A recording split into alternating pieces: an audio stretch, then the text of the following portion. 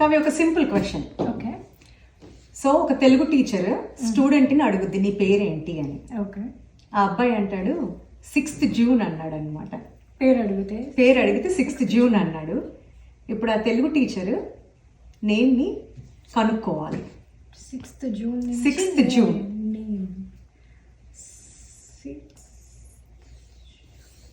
June తోటి ఏం name ఉండదు అసలు. నేమ్ ఎట్లా వస్తుంది చూడు, ఆలోచించు. 6th జూన్ ఆ రోజు ఏమైనా స్పెషల్ ఉందా? 6th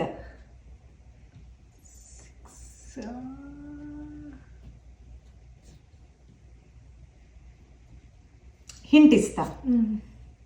6 మంత్స్లో తెలుగులో ఏమంటారు?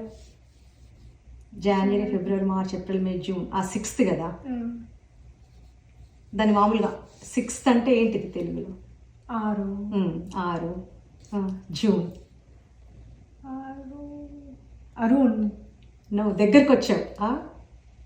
June. Arjun. Arjun. Arjun Arjun is the name. Got it.